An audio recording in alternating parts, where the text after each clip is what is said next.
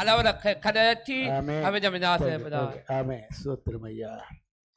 ஹல்லேலூயா. வந்திருக்கும் அனைவருக்கும் இயேசு கிறிஸ்துவின் நாமத்திலே நன்றிகளை தெரிவித்துக் கொள்கின்றோம். கர்த்தர் தாமே உதிரையும் ஆசீர்வதிப்பாராக. ஜெபம் பண்ணுவோமாக. நல்ல தேவனே துதிக்கிறோம். பரிசுத்த பிதாவே மக்கே துதிகரமாக எல்லாவற்றையும் தருகிறோம். இந்த நாளிலும் இந்த நேரத்தில்ப்பா நீர் எங்களோடு இருந்து பெரிய காரியங்களை செய்து கொண்டிருக்கிறதுக்காக நன்றி. இந்த வேளையிலும் கொடுக்க போகிற வார்த்தைகளை நீர் பேசுகிறவர். என்னை உடைய சிலுவை பின்னால் மறைத்து அப்பா நீர் பேசுகிற ஆண்டவராக இருக்கிறீர். நீர் நல்லவர், வல்லவர், வாக்கு மாறாத தேவன். அதிசயமான காரியங்களை செய்வேன் என்று சொன்னவரே, இந்த நாளிலும் நீர் அதிசயங்களையும் அற்புதங்களையும் காணப்படுகிற தேவன். இந்த நேரத்திலும் நீர் பேசுகிறவராக இருக்கிறேன். என்னை உடைய சிலுவை பின்னால் மறைத்து நீர் பேசும் நாங்கள் கேட்கின்றோம். உமக்கே துதிகன மகிமை எல்லாவற்றையும் தருகிறோம். இயேசுவின் நாமத்தின் நல்ல பிதாவே, ஆமென், ஆமென். யோவான் 14:6 யோவான் 14:6 அதற்கு இயேசு, நானே வழியும் சத்தியமும் ஜீவனுமாயிருக்கிறேன். என்னை அல்லாமல் ஒருவனும் பிதாவிடத்தில் வரான். கர்த்தருக்கு ஸ்தோத்திரம் உண்டாதாக. பாருங்க, தேவன் ஆண்டவராகிய இயேசு கிறிஸ்து சொல்லுகின்ற வேளையிலே, நானே வழியும் சத்தியமும் ஜீவனுமாக இருக்கின்றேன். தேவனுடைய ராஜ்யத்துக்குள்ளே போவதற்கு அவரே அல்லாமல் யாராலுமே போக முடியாது. அவரால் முடியாதது ஒன்றுமே இல்லை. ஆண்டவருடைய வார்த்தை சொல்லப்படுகிறது, என்னை அல்லாமல் ஒருவனும் பரலோக ராஜ்யத்துக்குள்ளே போக முடியாது.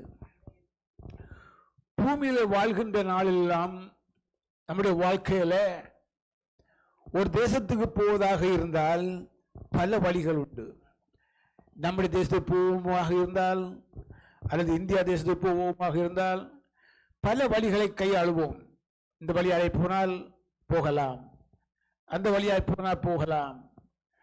இப்படியாக பல வழிகள் இருக்கிறது. ஆனால் தேவனுடைய ஆண்டவராகிய நிமித்த ஒரு இடம் ஒன்று இருக்கிறது. சுமாராக சொல்ல போனால் பார்க்கின்றோம், இந்த தேசத்தில் இருந்து உலகத்தில் இருந்து விஞ்ஞானிகள் போகின்றார்கள், சந்திரமண்டலத்துக்கு போகின்றார்கள், செவ்வாய்க்கிழத்துக்கு போகின்றார்கள். இப்படியாக பல இடங்கள் இருக்கிறது உலகத்திலே. செவ்வாய்க்கிழகத்தில் உயிர் வாழுகிறது, உயிர் அங்கே இருக்கிறது. அதுவும் இந்த பூமியை போலதான். ஆனால் எல்லா இடம் அல்ல, சில குறிப்பிட்ட இடங்கள்ல ஜீவன் வாழ்கிறது, தண்ணீர் இருக்கிறது. சந்திர மண்டலே போயிருக்கின்றார்கள், அங்கேயும் போயிருக்கின்றார்கள், அங்கேயும் இருக்கிறது. அதுக்கு ஒரு வழி உண்டு. அதே போல ஒரு இடம் ஒன்று இருக்கிறது, அதுதான் பரலோக ராஜ்யம்.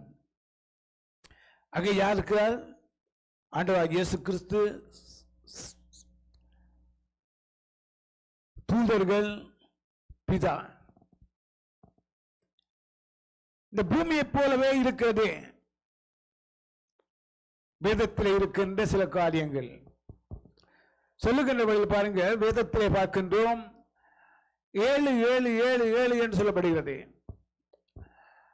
7 நாள் ஆண்டவராகிய இயேசு கிறிஸ்துவுடைய வெளிப்படுத்தல் சுவிசேஷத்தில் வருகின்ற வழியிலே 7 குத்து விளக்கு, 7 நட்சத்திரங்கள், 7 திருச்சபைகள், 7 வார்த்தைகள், இப்படியாக 7 7 7 என்று வருகிறது.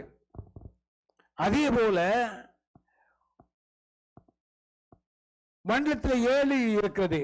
பூமி, சந்திர மண்டலம், சூரிய மண்டலம், செவ்வாய் கிரகம், இப்படியாக அதில் ஒன்று பரலோக ராஜ்யம். அந்த பரலோக ராஜ்யத்துக்கு போவது அங்கே மோட்சம் என்று சொல்வார்கள்.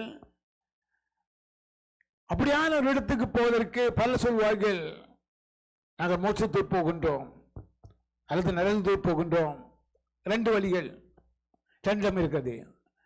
பாவம் செய்தால் நரகம், பரிசுத்தமாக தேவனுடைய ராஜ்யத்துக்குள்ள தேவனோடு இருந்தால் மோட்சம், அதான் பரலோக ராஜ்யம்.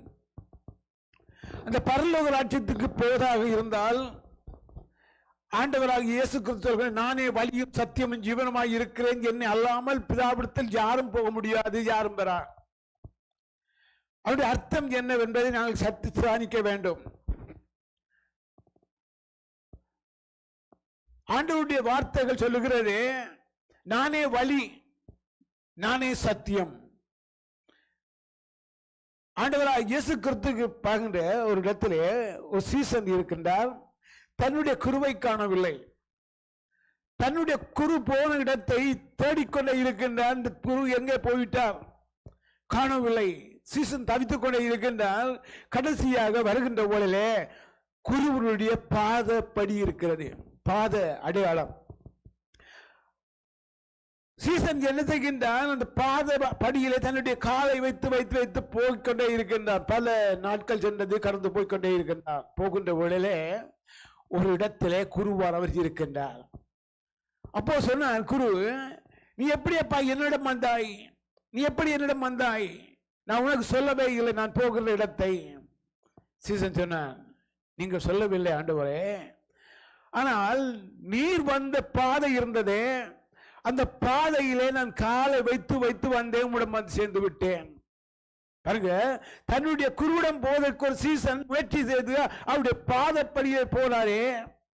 அப்படியானால் ஆண்டவராகிய இயேசு கிறிஸ்து சொன்ன வார்த்தைகள் என்ன? நானே வழி. அவர் எந்த வழியை கை கொண்டார்? தன்னுடைய பிதா காண்பித்த அந்த வார்த்தைகளை கற்றுக்கொண்டார். நானே சத்தியம். அந்த சத்தியம் இது ஆண்டவராகிய இயேசு கிறிஸ்து சொல்லுகின்ற சொன்னார், சத்தியத்தை அறியுங்கள், சத்தியம் உங்களை விடுதலையாக்கும். அப்போ விடுதலை கொடுப்பது எது? தேவனுடைய வார்த்தை சத்தியம். அந்த சத்தியத்தின்படி நடந்தால் நாம் தேவனுடைய ராஜ்யத்துக்குள்ளே போக முடியும். அவருடைய சத்தியத்தை சில வாசனங்களை வாசிப்போம். அல்லேலூயா. அவர் சத்தியத்தை சொல்லுகின்ற போதில் மத்தேயு சுவிசேஷம் 5ஆம் அதிகாரத்திலே மலையின் மேலே உட்கார்ந்து பிரசங்கம் பண்ணுகின்றார் ஆண்டவர். அது மலை பிரசங்கம். இந்த மலை பிரசங்கத்தை கேட்பதற்கு திரளான ஜனங்கள் போய்கொண்டே இருக்கின்றார்கள். ஆலயத்தில் போனால் பிரச்சனை. ஆலயத்தில் திரளான ஜனங்கள் உள்ளே போக முடியாது. அதனாலே ஆண்டவர் என்ன செய்கின்றார்? இந்த ஜனங்கள் மேய்ப்பனில்லாத ஆடுகளாக இருக்கின்றார்கள், அவர்களுக்கு நல்ல மேய்ப்பனாக இருக்கின்றேன். ஆனால் தாவீது சொல்லுகிறான், என் மேய்ப்பர் கர்த்தர் என்னுடைய மேய்ப்பராக இருக்கிறார், நான் தாட்சி அடைகிறேன். அவர் எனக்கு நல்ல புல்லுள்ள இடங்களில் மேய்த்து அமர்ந்த தண்ணீரை கொண்டு போய் விடுகிறார். அது எந்த ஆகாரம்? புல்லுள்ள இடங்களில் மேய்த்து. புல் என்பது தேவனுடைய வார்த்தைகள் இருக்கிறது. அந்த வார்த்தையை எங்களுக்கு தந்து அங்கே புசிக்க வைக்கிற ஆண்டவர் அவர் தான். அவர் நல்ல ஆகாரத்தை கொடுக்க தேவன், நல்ல வார்த்தையை கொடுக்க தேவன். அதனால்தான் அங்கே ஆண்டவராகிய இயேசுக்கு மலை பிரசங்கத்தில் உட்கார்ந்து கொண்டிருக்கின்ற பொழுது திரளான ஜனங்கள் இருக்கின்றார்கள். ஆயிரக்கணக்கான ஜனங்கள். ஏறக்குறைய முதல் பிரசங்கத்திலே ஆண்கள் மட்டும் 5000க்கு மேலே இருந்தார்கள் என்று சொல்லி வேதம் சொல்லுகிறது. 5000 புருஷர்கள். அப்படியானால் கணக்கு பார்க்க பிள்ளைகள் இருக்கின்றார்கள். பிள்ளைகள் சில வேளையில 4-5 பிள்ளைகள் இருந்திருக்கலாம். மனைவிகள் இருந்தால் அந்த மனைவிகள் இப்போ ஆண்டவராகிய இயேசு கிறிஸ்துவுக்கு பின்னாக ஒருவனுக்கு ஒருத்தி தான் இருக்கிறார்கள். ஆனால் அப்படி அல்ல. பழைய ஏற்பாடு பிரமாணத்திலே 4-5 மனைவிகள் இருந்திருக்கிறார்கள். அப்படியானால் ஏறக்குறைய 10 லட்சத்துக்கு மேற்பட்ட ஜனங்கள் இருந்திருக்கார்கள் தேவனுடைய வார்த்தையை கேட்பதற்கு. அந்த இடத்தில் அவர் சொல்லுகின்ற வார்த்தையை நாம் சற்று கவனிப்போமாக இருந்தால் ஆதலாக கவனிப்போம். அப்பொழுது அவர் தமது வாயை திறந்து அவர்களுக்கு உபதேசித்து சொன்னது என்னவென்றால், எல்லா ஜனங்களும் இருக்கின்றார்கள், திரள் ஜனங்கள் இருக்கின்றார்கள், கூடி இருக்கின்றார்கள், வார்த்தை கேட்பதற்கு உட்கார்ந்து இருக்கின்றார்கள். எல்லோருக்கும் அதை பேச ஆரம்பிக்கின்றார். பாருங்க, இந்த இடத்தை இன்றைக்கு 20 பேர் இருக்கிறோம் வைத்துக் கொள்வோம். இந்த 20 பேருக்கு நாங்கள் மைக், ஸ்பீக்கர், பலத்து சத்தமோடு சொல்லுகின்றோம். ஆனால் அந்த காலத்தில் ஆண்டவராகிய இயேசு கிறிஸ்து சொல்லுகின்ற வேளையில எவ்வளவு சைலன்ஸாக இருந்து கேட்டிருப்பார்கள் ஜனங்கள். 10 லட்சத்துக்கும் அதிகமான ஜனங்கள் இருக்கின்றார்கள். எல்லாரும் இருந்து கேட்டுக்கொண்டே இருக்கின்றார்கள். அது எப்படி ஆண்டவர் கையாண்டார், எப்படி கையாளுகின்றார்? பிரசங்கம் பண்ணுகிறவர்களே, ஒருவன் கீழே இருந்து ஜனங்கள் மேலிருந்து பிரசங்கித்தால் கேட்க முடியாது. ஆனால் ஜனங்கள் கீழே இருந்து மேலே மலையில உட்கார்ந்து பேசுகின்ற வேளையிலே கேட்பார்கள். அவர்கள் எப்படி கேட்பார்கள்? அவருடைய வாயின் வார்த்தையிலே கருக்குள்ள பட்டியமாக வார்த்தைகள் எழும்புகிறது. அந்த காலத்து வாயினுடைய வார்த்தை சொல்லுகின்ற வேளையில என்ன வார்த்தை பேசுகிறார்கள் என்று அவர்கள் தெரிந்து கொள்வார்கள். அதையே நான் அங்கே மியூசிக்கல் ஒன்றுமே கிடையாது, சிஸ்டம் ஒன்றும் கிடையாது. இத்தனை ஆயிரம் ஜனங்கள் கேட்டுக்கொண்டே இருக்கின்றார்கள். ஜனங்களுக்கு ஆண்டவராகிய இயேசு கிறிஸ்து சொல்கிறார், அப்பொழுது தமது வாயை தந்து அவர்களுக்கு உபயோகித்து சொன்னது என்னவென்றால், ஆவியில் எளிமையுள்ளவன் பாக்கியவான். ஒரு கிறிஸ்துவுக்குள்ள இருக்கிறவன் ஒரு எளிமையுள்ளவனாக இருக்க வேண்டும், ஆவியிலே எளிமையுள்ளவனாக இருக்க வேண்டும். ஹல்லேலூயா. பரலோக ராஜ்யம் அவனுடையது. எப்படிப்பட்டவன்? ஆவியில் எளிமையுள்ளவன் பாக்கியவான், பரலோக ராஜ்யம் அவனுடையது. அப்படி சொல்லுகின்ற பாருங்க, ஒருவன் பரலோக ராஜ்யத்துக்கு போவதாக இருந்தால் என்ன இல்லாமல் ஒருவன் பரலோக ராஜ்யத்துக்கு போக முடியாது என்று சொன்னவாறு இந்த சொல்லுகின்ற வேளையிலே ஆவியில் எளிமையுள்ளவன் பாக்கியவான், அவன் பரலோக ராஜ்யத்துக்கு அவனுடையது. இவன் ஆவியிலே கபடம் இல்லாமல் உண்மையாக தேவனை ஆராதிக்கிறானோ அவன் தான் பரலோக ராஜ்யத்துக்கு போவான், மரணம் போக முடியாது. அடுத்ததாக அவர் சொல்கின்ற வேளையிலே துயரப்படுகிறவர்கள் பாக்கியவான்கள், அவர்கள் ஆறுதல் அடைவார்கள். தேவனுடைய சமூகத்தில் வருகின்ற வேளையிலே ஒரு துயரத்தோடு வருகின்றோம், வேதனையோடு வருகின்றோம். ஆண்டவரே, இந்த தேசத்துக்கு வந்து நம்முடைய வாழ்க்கையில கஷ்டப்படுகிறேனே, நான் தேசத்தை என்னுடைய தேசத்தில் இருந்தால், சொந்த தேசத்தில் இருந்தால் நான் எவ்வளவோ ஆறுதலாக பிழைக்கலாம், உழைக்கலாம், எல்லாம் செய்யலாம். ஆனா தேவன் சொல்லுகின்ற வார்த்தை எனவே கவனியுங்கள். அங்கே வார்த்தை சொல்லுகின்றவர்களை துயரப்படுகிறவர்கள் பாக்கியவான்கள். அவர் எந்த தேசத்தில் இருக்கிற குறிப்பு சொல்லவில்லை. தேவனுடைய சமூகத்திலே இருக்கின்ற வேளையிலே நீங்கள் துயரப்படுகிறீர்கள், நீங்கள் பாக்கியவான்கள் என்றால் நீங்கள் ஆறுதல் அடைய போகிறீர்கள். தேவனுடைய சமூகத்தில் வந்து துயரப்படுகின்றவர்களே நிச்சயமாக அடுத்த வாரம் வருகின்றவர்களே நீங்கள் சந்தோஷத்தோடு சமாதானத்தோடு வருவீர்கள். அதன் ஆறுதல். அது மட்டுமல்ல, சாந்த குணமுள்ளவர்கள் பாக்கியவான்கள், அவர்கள் பூமியை சுதந்தித்துக் கொள்வார்கள். ஹல்லேலூயா. சாந்த குணமுள்ளவர்கள் எப்படிப்பட்டவர்களாம்? பாக்கியவான்கள், அவர்கள் பூமியை சுதந்தித்துக் கொள்வார்கள். பூமி என்றது சுதந்திரப்பட்டுக் கொள்வது எப்படி என்றால், அங்கே ஆபிரகாமுக்கு ஆண்டவர் சொல்கின்றார், நீ கண்பாக்கும் பூமி எல்லாம் உனக்கு தருவேன். நீ எந்தெந்த தேசத்தை பார்க்கிறியோ, எந்தெந்த இடத்தை காண்கிறியோ, அந்த இடமெல்லாவற்றை உனக்கு என்ன செய்வேன்? தருவேன். நீ கண்பாக்கும் பூமி எல்லாம் உனக்கு சொந்தம். இப்படியாக இந்த வார்த்தை கொடுத்த தெய்வம் சொல்லுகின்றார் பாருங்க, சாந்த உணவுகள் பாக்கியவான்கள். ஒருவன் சாந்த குணமுள்ளவனாக இருந்தால் இந்த பூமியை நீ சொந்தித்துக் கொள்ளலாம். அவருடைய அர்த்தம் நிறைய இருக்கிறது.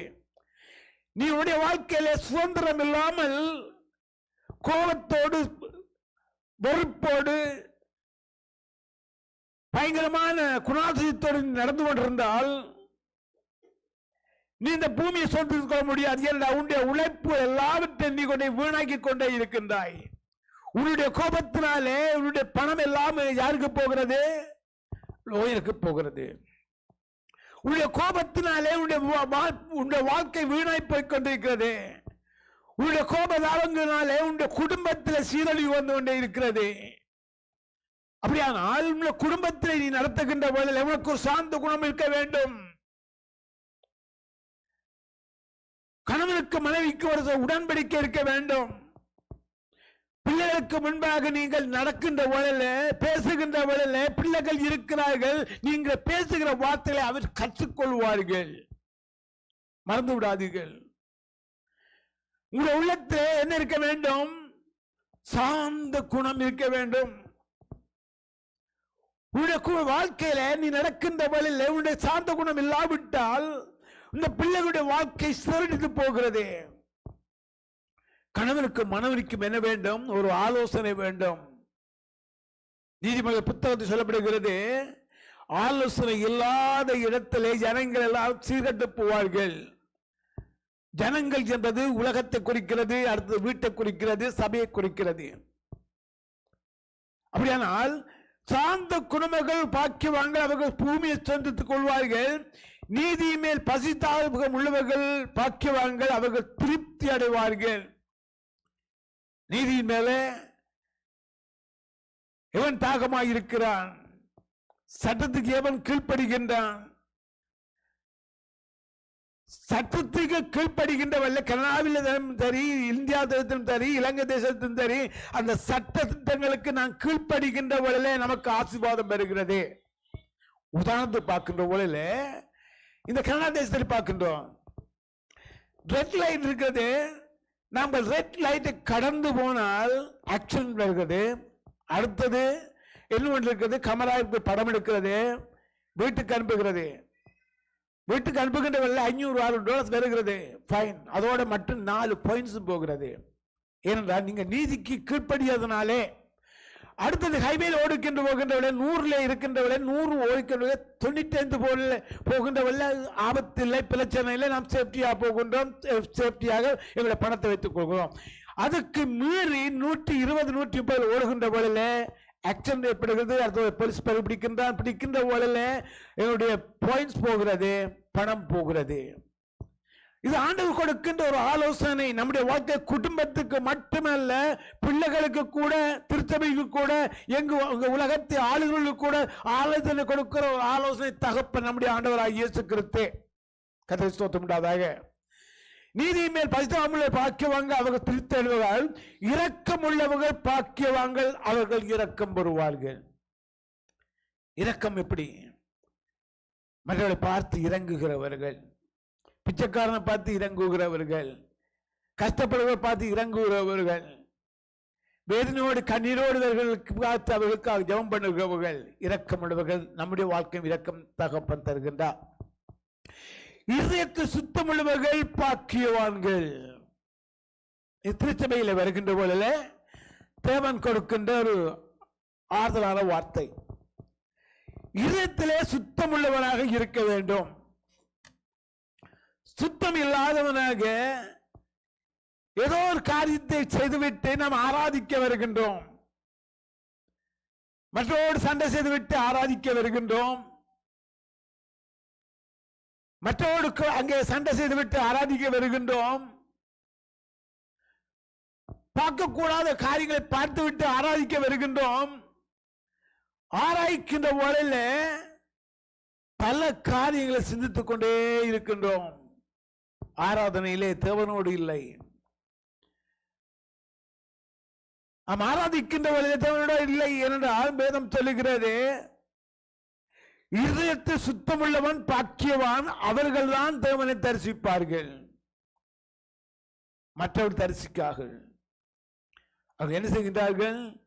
ஆராதனையிலே உட்கார்ந்து அங்க இருக்க இடமில்லாமல், இருக்க நேரம் இல்லாமல் ஓடிக்கொண்டே இருப்பார்கள். தேவனோடு இப்ப உடன்படிக்கை இல்லை, தேவனோடு பேசுகிற வார்த்தை இல்லை, தேவனோடு ஐக்கியப்படுகிற வார்த்தை நிம்மதி இல்லை. அங்கே அலைக்கழித்துக் கொண்டே இருக்கிறது. தேவனோடு உடன்படிக்கை இல்லாமல் அங்கே அலைந்து திரிகிறவர்களாக, ஆலயத்து மட்டுமல்ல வெளியிலும் போய் அதே காரியம். ஒரே இடத்திலிருந்து தேவனை ஆராதித்தால்தான் வெளியிலும் போய் நாம் நிம்மதியாக நடக்க முடியும், நிம்மதியாக அங்கே மற்றோடு பேச முடியும். அங்கே ஆண்டவராகிய இயேசு கிறிஸ்து அருமையான ஒரு உபதேசம் பண்ணுகிறவர். அவர் சொல்லுகின்றார், ஹல்லேலூயா, சமாதானம் பண்ணுகிறவர்கள் பாக்கியவான்கள். அவர்கள் யாரும் சொல்லுவார்கள்? தேவனுடைய புத்திரர். அருமையான தேவன் பாருங்க, அவர் எங்களுக்கு முன்பாக தன்னை ஒரு மாதிரியாக காண்பித்தார். அவர் சொன்ன வார்த்தை மட்டுமல்ல, அதையே செய்து முடித்தார். எப்படி செய்தார்? இங்க சொல்லப்படுகிறது, அவர் சொன்னார், சமாதானம் பண்ணுகிற பார்க்க அவர்கள் தேவனுடைய புத்திரர் எனப்படுவார்கள். வேதத்திலே பார்க்கின்ற ஏசாயா புஸ்தகத்திலே 53ஆம் அதிகாரத்திலே, அவர் எங்களுக்காக சாபமானவர், எங்களுக்காக பாடுபட்டவர், நமக்கு சமாதானத்தை உண்டு பண்ணும் ஆக்கினை அவர் மேல் வந்தது. ஏசாயா தீர்க்கதரிசி எப்படி சொன்னாரோ அது நிறைவேறுகிறது. எங்கே? தேவனுடைய சிலுவை மரத்திலே ஆண்டவர் மரணத்தோடு போராடி கொண்டிருக்கின்றார். எல்லாரும் நிற்கின்றார்கள் சிலுவையிலே. அங்கே அரைந்து விட்டு எல்லாரும் யுத்த வீரர்கள் எல்லாம் நிற்கின்றார்கள். ஒரு ஈட்டியால குத்தி பார்க்கணும், எல்லாவற்றையும் செய்ய போகின்றான். அங்கு முன்பாக பார்க்கின்ற ஆண்டவராக இயேசு கிறிஸ்து சிலுவையில் அறைந்த வேளையிலே மரணத்தோடு போராடி கொண்டிருக்கின்ற வேளையிலே ஒரு கல்வன் கேட்கிறான், ஆண்டவரே உம்முடைய ராஜ்யத்தில் வரும்போது என்ன நினைவு கூறும் ஆண்டவரே. மற்ற திருடன் என்ன செய்கின்றான்? இளம் பண்ணுகின்றான். அந்த கிஷல் ஒரு திருடன் சொல்கின்றான், நாங்கள் பாவம் செய்தும் தண்டிக்கப்படுகின்றோம்.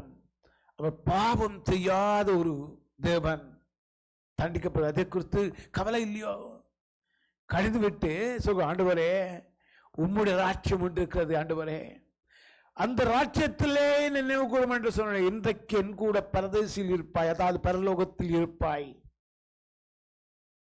அங்க ஒரு ராஜ்யம் இருக்கிறது, என்னுடைய ராஜ்யம். அந்த ராஜ்யத்துக்கு நீ போவாய். ஏனென்றால் நீ கடைசி நேரத்திலே மனம் மாறினாயே, உன்னை ஒப்பு கொடுத்து விட்டாயே.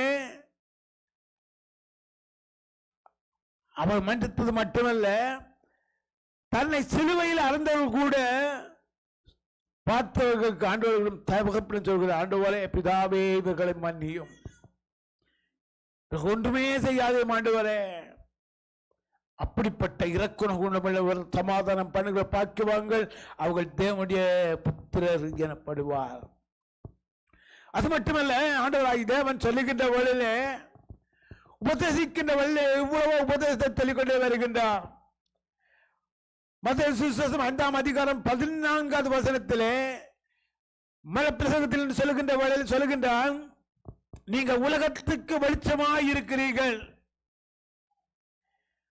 உலகத்துக்கு நீங்கள் வந்தவர்கள், நீங்க வெளிச்சம் கொடுக்கிறவர்களாய் இருக்க உம்முடைய பிள்ளைகள், நீங்கள் என்னுடைய பிள்ளைகள். நான் எப்படி உலகத்துக்கு வெட்கம் கொடுக்க வந்தேனோ, ஏசாயா சொல்லுகின்ற வழியிலே, இருளில் இருக்கிற ஜனங்கள் பெரிய வெளிச்சத்தை கண்டார்கள். அந்த பெரிய வெளிச்சம் யார் என்று பார்க்கின்ற வழியிலே நம்முடைய ஆண்டவராகிய இயேசு கிறிஸ்து சொல்லுகின்ற வழியிலே, நீங்க உலகத்துக்கு வெளிச்சமாய் இருக்கிறீர்கள். என்னுடைய பிள்ளைகள் எப்படிப்பட்டவராக இருப்பார்கள்? நான் எப்படி உலகத்துக்கு வெளிச்சம் கொடுக்க வந்தேன், அதே போல நீங்கள் வெளிச்சம் கொடுக்க வந்த பிள்ளைகள், நீங்க உலகத்துக்கு வெளிச்சமாய் இருக்கிறீர்கள். மலையின் மேல் இருக்கிற பட்டணம் மறந்திருக்க மாட்டாது. மலைகள் மேலே இருக்கிற பட்டணங்கள் ஒரு நாளும் மறந்திருக்க முடியாது. எங்கு உலக தூரத்தில் இருந்தாலும் கூட அந்த மலைகள் வெளிச்சமாக காணப்படும். பாருங்க, மலைக்கு ஒப்பனையாகத்தான் இங்கே சிஎன் டவர் கட்டி இருக்கின்றார்கள். ஒரு மலையில உயர்த்தே இருக்கிறது. அதிகமாக போகின்ற வழியில் பாருங்கள், கிட்ட இருந்து பார்க்க சில தெரியாது. ஆனால் நியூ மார்க்கெட்டுக்கு அங்காலே போய் இன்னும் கொஞ்சம் தூரத்தில் போய் பார்க்கின்ற வழியிலே சிஎன் டவர் தெரியும். அதே போல அமெரிக்காவிலே போய் நீங்க பாருங்கள், பஃபலோவில் போய் லேக் கொண்டாரியோ சைட், அதாவது அந்த சைட்ல அங்கே பஃபலோ இருக்குது. பஃபலோ இருந்து பார்த்தா சிஎன் டவர் தெரியும். அது மட்டுமல்ல, என்னோட இருக்கிற லேக் கொண்டாரியோ, அந்த தேசத்தில் அந்த இடத்துல இருந்து பார்க்கிற சிஎன் டவர் தெரியும். இப்படியாக பல இடங்கள்ல இருந்து சிஎன் டவரை பார்க்க முடியும். ஏனென்றால் அது உயர்ந்திருக்கிறது. அதே உயர்ந்திருக்கிறது. அதே போல தேவனுடைய பிள்ளைகள் எல்லாரும் எப்படி இருக்கின்றார்களாம்? உயர்ந்திருக்கின்றார்கள். மலைகளை போல் உயர்ந்திருக்கின்றார்கள். அவர்கள் தூரத்தில் இருந்து பார்த்தாலும் அவர்களை பார்க்க முடியும், உங்களை பார்க்க முடியும். உங்களை பார்ப்பதற்கு என்ன வேண்டும்? தேவனுடைய ஆசீர்வாதம், தேவனுடைய வார்த்தை தேவனோடு இருக்க வேண்டும். நீங்கள் உலகத்துக்கு வெளிச்சமாயிருக்க மலை மேல் இருக்க பண்ண மறந்திருக்க மாட்டாது. விளக்க கொளுத்தி மரக்கால் மூடி வையாமல் விளக்கு தண்டில் மேல் வைப்பார்கள். வீட்டிலே அடவாய் தேவன் விளக்கை கொளுத்து சொல்லுகின்றார். ஒரு வீட்டிலே இருக்கின்ற வழியிலே பிள்ளைகள் எல்லாம் இருக்கின்றார்கள். அந்த பிள்ளைகள் எல்லாரும் இருக்கின்ற வழியிலே ஒருவன் விளக்க கொளுத்தி எங்க வைப்பான்? மேலே வைப்பான். மேலே வைத்தான் வீட்டில் இருக்க எல்லாருக்கும் வெளிச்சம் கொடுக்கும். வெளிச்சத்தில் எல்லாம் செய்ய முடியும், படிக்க முடியும், சாப்பிட முடியும், உட்கார முடியும். இப்படியாக சொல்கின்றார். விளக்கு தன்மையில் வைப்பார்கள், அது அப்போது வீட்டில் யாவருக்கும் வெளிச்சம் கொடுக்கும். இவ்விதமாய் மனுஷர் உங்கள் நற்சீரலை கண்டு பரலோகத்திற்கு உங்கள் பிதாவை மகிழ்ச்சி உங்கள் வெளிச்சம் அவர்களுக்கு முன்பாக பிரகாசிக்க கடவுளே. தேவனுடைய பிள்ளைகள் மற்றவர்களுக்கு வெளிச்சமாக இருக்க வேண்டும். வேதம் சொல்லுகிறது. ஆண்டவராகிய இயேசு கிறிஸ்து சொல்கின்றவர்களே, நீங்கள் வருகிறீர்கள், என்னுடைய உபதேசத்தை கேட்கிறீர்கள், என்னுடைய உபதேசத்தை பெற்றுக் கொள்ளுகிற நீங்கள் மற்றவர்களுக்கு நீங்கள் சாட்சியாக இருக்க வேண்டும்.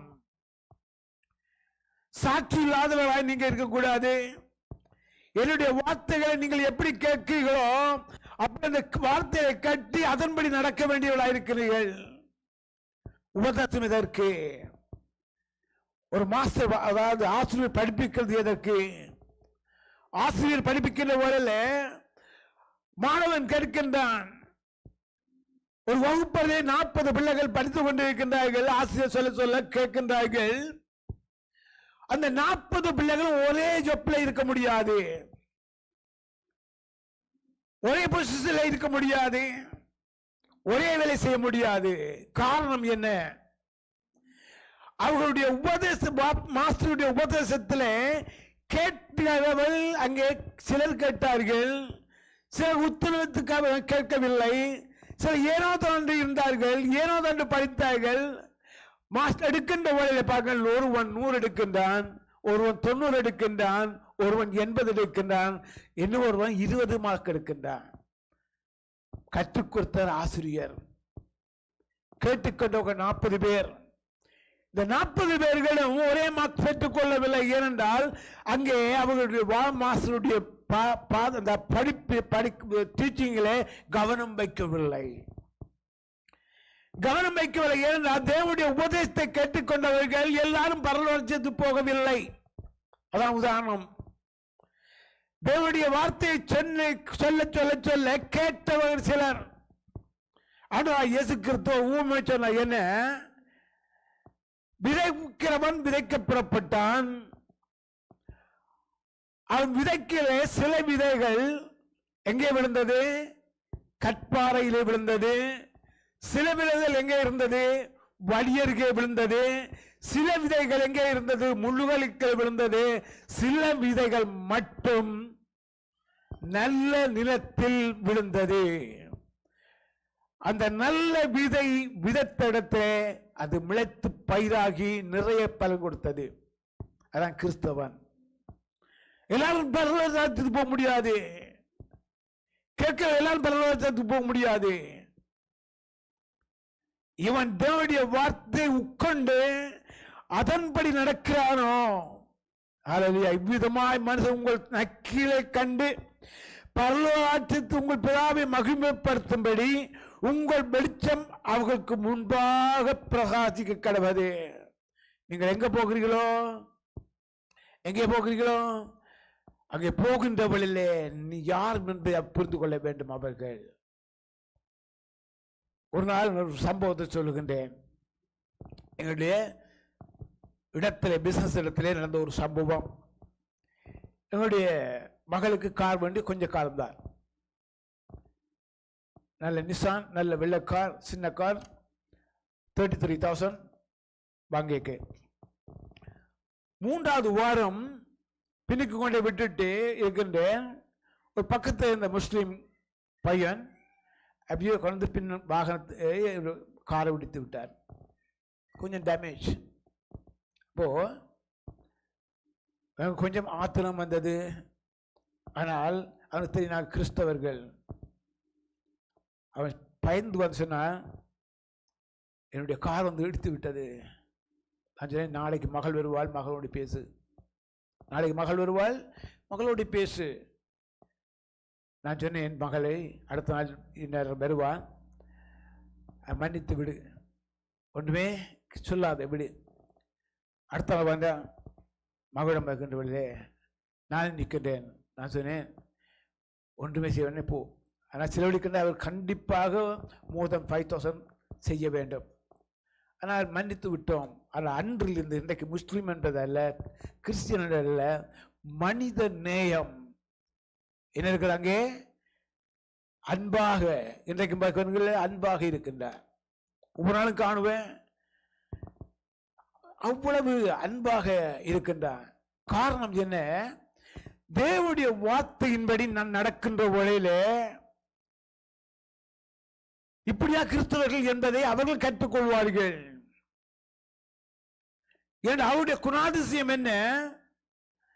அவருடைய கண்ணுக்கு கண், பல்லுக்கு பல், காலுக்கு கால், பலிக்கு பலி.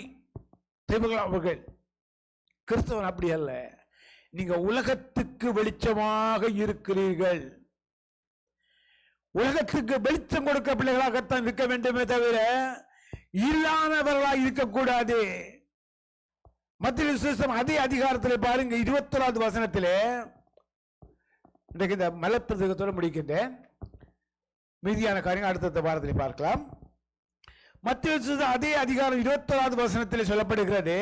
அவர் மலைப்பிரசங்கத்தை சொல்லுகின்ற வழியிலே எல்லாவற்றையும் வடிவாக சுலக்கமாக சொல்லி முடிக்கின்றார். கொலை செய்யாதிருப்பாயாக என்பதும், கொலை செய்கிறவன் நியாய தீர்ப்புக்கு எதிர்ப்பாயிருப்பான் என்பதும் பூர்வத்தாருக்கு உரைக்கப்பட்டது என்று கேள்விப்பட்டீர்கள். பூர்வத்தாருக்கு பழைய பிரமாணத்தின்படி, பழைய ஏற்பாட்டு பிரமாணத்தின்படி உரைக்கப்பட்டிருக்கிறது. கொலை செய்ய இருக்க வேண்டும், களவெடுக்க கூடாது, பொய் சொல்லக்கூடாது, இப்படியான காரியங்கள் எல்லாம் இருக்கிறது என்று சொல்லி உரைக்கப்பட்டது கேள்விப்பட்டிருக்கிறீர்கள். நான் உங்களுக்கு சொல்லுகின்றேன், ஆண்டவராகிய இயேசு கிறிஸ்து மலைப்பிரசங்கத்திலே சொல்லுகின்ற காரியம், நான் உங்களுக்கு சொல்கின்றேன், தன் சகோதரனை நியாயமில்லாமல் கோபித்துக் கொள்பவன் நியாயத்துக்கு திருப்பி எதிர்வாயிருப்பான். தன் சகோதரனோடு கோபித்துக் கொள்ளுகிறவன், நியாயமில்லாமல் கோபித்துக் கொள்ளுகிறவன். அப்படியானால் சொல்லப்படுகிற வார்த்தை என்ன? உன் சகோதரனுக்கு பிழைவிட்டால் நீ மன்னித்துக்கொள், உன் மனைவி மேற்கு பிழைவிட்டால் மன்னித்துக்கொள், உன் கணவனுக்கு பிழைவிட்டால் மன்னித்துக்கொள், பிள்ளைகள் பிழைவிட்டால் மன்னித்துக்கொள். எல்லாருக்குள்ளே ஒரு மன்னிக்கிற சுபாவம் இருக்க வேண்டும். மன்னிக்கிறது மட்டுமல்ல, இதை செய்யாமல் இரு, இப்படியான பிள்ளை இனிமே செய்யாமல் இரு சொல்லிவிட்டு நீங்க உட்கார்ந்து மௌனமாக, அதாவது தாழ்மையாக பொறுமையாக இருக்க வேண்டும். அல்லேலூயா.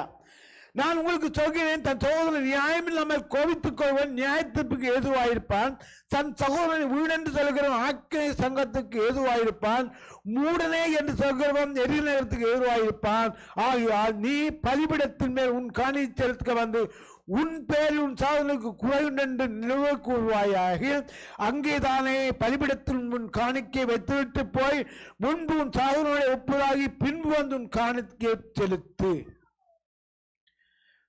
மலைப்பிரசங்கத்தில் கொடுக்கின்ற வழியிலே நன்றாக கொடுக்கிற உன் சகோதரனுக்கு உனக்கும் பிரச்சனை பிரிவு உண்டாக கண்டுகொண்டால் நீ காணிக்கை செலுத்தாதே. உன் காணிக்கை அருவருப்பானது. உன் காணிக்கை எப்படிப்பட்டதாக இருக்கணும்? பரிசுத்தமானதாக இருக்க வேண்டும். நீ செலுத்துகிற காணிக்கை எப்படிப்பட்டது? கோபத்தோடு கொண்டு கொடுக்க முடியாது. கொடுத்தால் அது காணிக்கை செலுத்த முடியாது. ஏனால் நீ கொடுக்கிற காணிக்கை ஒன்று தேவனுக்கு மகிமைப்படுத்துகிறது. நீ கொடுக்கிற காணிக்கை தேவனுடைய ஊழியத்துக்கு பயன்படுத்துகிறது. என்னோட காணிக்கை போய் சிக்கற்ற பிள்ளைகள், ஏழைகள், விதங்கள் எல்லாரும் நியாய்ந்திருக்கிறது, பாதுகாக்கிறது, பரிசுத்தமாகிறது. அப்படிப்பட்ட காணிக்கை சாப்பிடுவது கூட அந்த ஆசீர்வாதம் அவர்களை தாக்குகிறது. அதான் சொல்கின்ற வேளையில நீ காணிக்கை செலுத்த வருகின்ற வேளையில உனக்குள்ளே கோபம், எரிச்சல், சாபங்கள் இருந்தால் அல்லது மற்றோடு உனக்கு ஒப்புரவு இல்லை என்றால் முதலாவது ஒப்புரவாக இல்லாட்டி காணிக்கை செலுத்தாதே. இதுதான் தேவன் கொடுக்க கட்டளை. நீ உன்னை திருப்திப்படுத்திக் கொண்டு நான் காணிக்க கொடுக்கிறேன், எல்லாவற்றையும் பிரமாணத்தை கற்றுக்கொள்ள என்று சொல்லுகின்ற வேளையிலே உனக்கு நீயே திருப்தி படுகிறாயே தவிர பரலோக ராஜ்யத்துக்கு போக முடியாது. எவன் பரலோக ராஜ்யத்தில் போவானாக இருந்தால் அவர் சொல்லுகின்ற ஆண்டவர், நானே வழியும் சத்தியமும் ஜீவனமாய் இருக்கிறேன், என் வழிகள் எதுவென்பதை கற்றுக்கொள்ள. எது வழி? ஆண்டவர் சொல்லுகிற வழி இந்த வழிதான். இந்த வழியை நான் கற்றுக்கொள்ளாமல் தேவனுடைய ராஜ்யத்தில் போக முடியாது. அவர் சொன்ன வழிகள் என்ன? உன் காணிக்கை செலுத்த வந்து உன் பேரு உன் சாதனுக்கு குறைவுண்டு அங்கே அங்கேதானே பயன்படுத்தும் உன் காணிக்கை வைத்துவிட்டு போய் உன் சகோதரனுடைய ஒப்புரவாகி பின் வந்து உன் காணிக்கை செலுத்து. எதிராளி உன்னை நியாயத்தில் ஒப்புக்கொடாமல், நியாயாதிபதி உன்னை சேவகத்து ஒப்புக்கொடாமலும், நீ சிறைச்சாலையில் வைக்கப்படாமலும் இருக்கும்படியாக நீ உன் எதிராளியோடு வழியில் இருக்கும் போது சீக்கிரமாய் அவனோட நன்மலம் வந்து. பாருங்க, இவருடைய அர்த்தம் என்னவென்றால், உனக்கு வேறவருக்கும் பகை உண்டு ஆகிவிட்டது, உன்னோட பகை வந்து விட்டது. பகைக்கு சில காரணங்கள் வருகிறது. கடந்த வாரத்துக்கு முதல் வாரம் வெள்ளிக்கிழமை நான் வேலை முடிந்து வீட்டுக்கு போகின்றேன். வீட்டுக்கு போகின்ற வேளையில லேண்டன் அண்ட் குயின் இந்த கோர்னர்ல திரும்புகின்ற வேளையில ஒரு மூளை சுகமில்லாதவன் எல்லாரும் சண்டை செய்து கொண்டிருக்கின்றான். ஒரு பெரிய கல்லை எடுத்து இருந்தான், என்னுடைய வாகனத்துக்கு விழுந்தது கண்ணாடியில. ஆனால் உடையவில்லை. சத்தம் எனக்கு திடீரென பயங்கரமான கோபம் வந்து விட்டது. கதவு திறந்து இறங்க ஆயத்தப்படுத்தினேன். அப்போது என்னுடைய ஆவியிலே தடை வந்தது. அது என்ன ஆவி? தேவனுடைய ஆவி. ஏனென்றால் அங்கே தடை செய்ததை உடனே நிறுத்திவிட்டது. நான் வாகனத்தை எடுத்துக்கொண்டு வந்து விட்டேன். வருகின்ற வழியிலே தான் அங்கே தேவன் என்னோடு இடப்பட்டார்.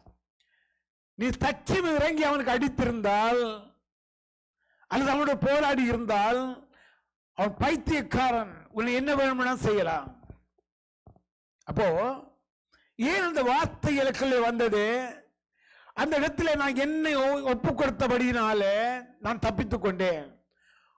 அந்த இடத்துல ஒப்புரவாக அவனோடு நான் போராடி இருந்தால் அவன் என்னை மேற்கொள்வேன் இருப்பான், அல்லது நான் அவனை மேற்கொண்ட சட்டம் என்னை விட அதை கொண்டு எயில போட்டிருப்பார்கள். போட்ட உடனே என்ன வருகிறது? நமக்குள்ளே பிரச்சனை உருவாகிறது. இதனாலே பெரும் பெரும் ஆபத்து பிரச்சனை வந்து கொண்டே இருக்கிறது. அதனாலே இங்க சொல்லப்படுகிறது ஆண்டவருடைய வார்த்தை பாருங்க, நீ சிறைச்சாலையில் வைக்கப்படாமலும் இருக்கும்படியாக நீ உன் எதிராளியோட வழியில் இருக்கும்போது சீக்கிரமாய் அவனுடைய நல்மனம் பொருந்தாவிட்டால் நீ ஒரு காசும் குறைவின்றி கொடுத்து தீர்க்க மாட்டோம், அவ்விடத்தில் புறப்பட மாட்டாய் என்று மெய்யாக உனக்கு சொல்கின்றேன். தேவனுடைய வார்த்தை எதுக்காக சொல்லப்படுகிறது? இந்த உலகத்திலே இருக்கின்ற எல்லாருக்கும் தேவனுடைய வார்த்தை உண்டு. தேவனுடைய வார்த்தை ஒரு ஆலோசனை, தேவனுடைய வார்த்தை ஒரு கருக்குள்ள பத்தியமாக இருக்கிறது.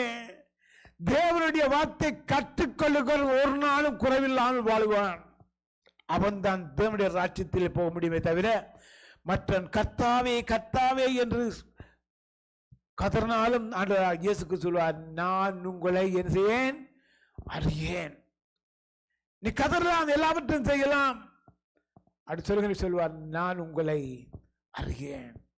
எழுந்து ஜெபம் பண்ணுவோமாக. நல்லவரே துதிக்கிறோம். பரலோக ராஜாவே மக்கே துதிகரமாக எல்லாவற்றையும் தருகிறோம். பரிசுத்த தேவனே துதிக்கிறோம். மகிமையான கண்மலையே மக்கே சோத்திரம் அப்பா. ஹல்லேலூயா. பரிசுத்த